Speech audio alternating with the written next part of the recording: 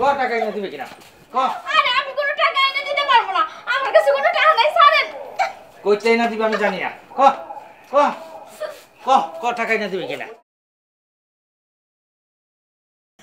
আমি কই থেকে আর টাকা আনবো? আমার আর টাকা আনার কোনো জায়গা নাই, আমি আপনারে কোনো টাকা এনে দিতে পারবো না।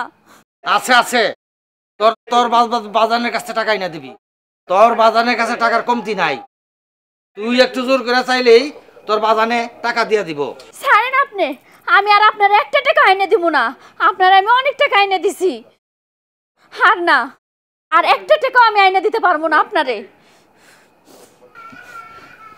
লক্ষ্মী বউ আমার, এই মাথাটা গরম করিস, তোর এই মাথাটা ঠান্ডা করিয়া আমারে তুই তোর বাপজানের কাছে টাকাই না ভালোই বউ। এই শোন, যদি টাকাই না দিবার পারস তাহলে কিন্তু খুব খারাপ হইব। কি হইব? কি খারাপ হইব? কারে আপনি ডর দেখান? আমি আর এক টাকা এনে দিতে পারবো না, এইটাই আমার শেষ কথা। এইটাই তোর শেষ কথা? হ্যাঁ, এইটাই আমার শেষ কথা।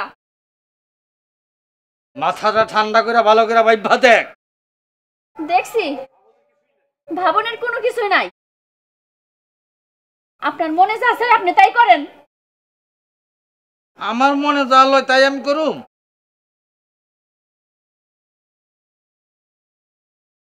হ্যাঁ, আপনার মনে যা চাই আপনি তাই করেন। তাহলে তুই টাকা না দিবি না? কইলাম তো দিমু না, দিতে পারুম না, আপনি যা খুশি তাই করেন। আমি যা খুশি তাই করুম? আমি যা খুশি তাই করুম না? তোর এত বড় সাহস আমার মুখের উপর কথা কস, হারামজাদি!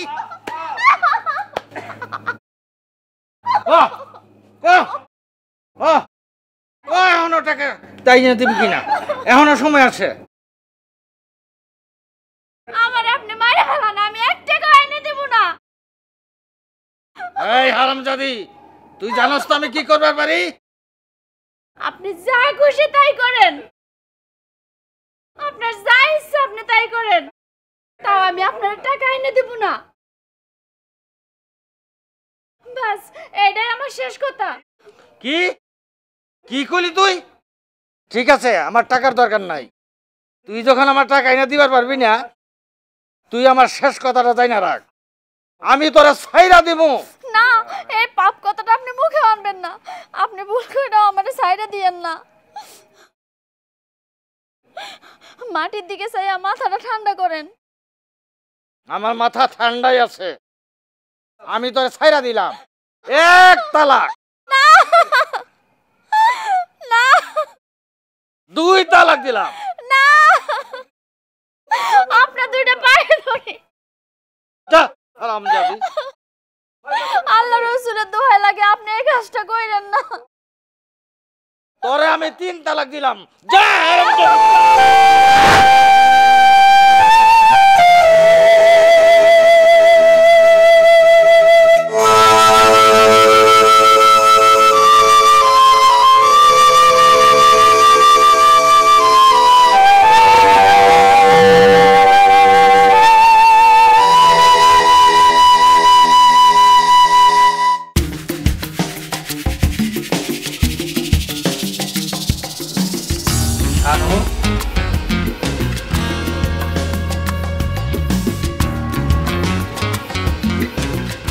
শানু, আমি আমার ভুল বুঝতে পারছি, আমার তুমি মাফ করে দাও। আমি আমি আর কোনোদিন তোমার কাছে টাকা চাবো না। তুমি তুমি আমার সাথে আমার ঘরে ফিরে চলো। মানুষ তখনই তার ভুল বুঝতে পারে যখন তার ভুল শুধরানোর কোনো উপায় থাকে না। এইটা এটা তুমি কি কইতাছো শানু? চলো চলো, তুমি আমার সাথে আমার ঘরে ফিরে চলো। এইভাবে এইভাবে তুমি মুখটারে ঢাইকা রেখো না। ওহো, আপনি আমার কাছে পরপুরুষ, পরপুরুষের মুখ দেখাটাও পাপ এখন। শোনেন,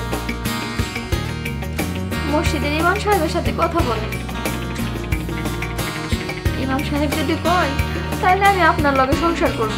আর যদি না কয় তাইলে তাহলে কি করুন লাগবো সেটা আপনি ইমাম সাহেবই কয়ে দিব। শরীয়ত মতে আপনার লগে আমার বিবাহ হয়েছিল, শরীয়ত মতে আপনি আমারে তালাক দিচ্ছেন।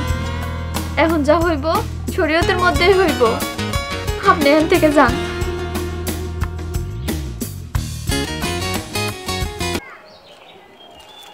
আসসালামু আলাইকুম হুজুর। ওয়ালাইকুম আসসালাম।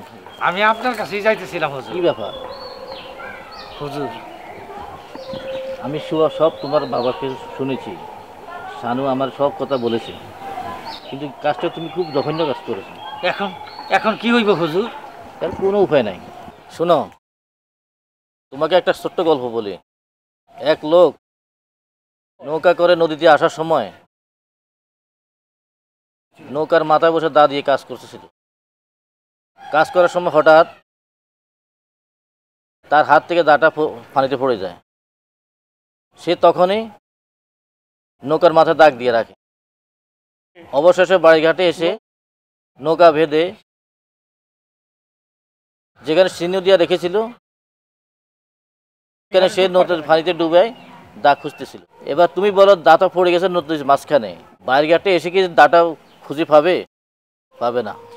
আমি অত কথা বুঝি না ইমাম সাহেব। যেমন করি হোক আমার স্ত্রীরে আপনি আমার কাছে আইনা দেন। এটা আমার ক্ষমতার বাইরে বাবা। শরীয়ত মোতাবেক তোমার স্ত্রী তালাক হয়ে গেছে, তুমি ভুল করেছো।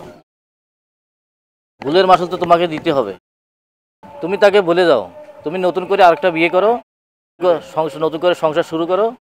যাই, ভালো থাকি। আসসালামু আলাইকুম। না না না, এটা কোনোদিন সম্ভব না। হে আল্লাহ, আমি ভুল করেছি আল্লাহ, তুমি তুমি আমারে মাফ করে দাও।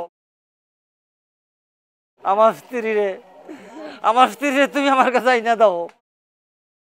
আমার স্ত্রীরে তুমি আইনা দাও আল্লাহ, তুমি ফিরে আইনা দাও। আমার স্ত্রীরে তুমি ফিরে আইনা দাও।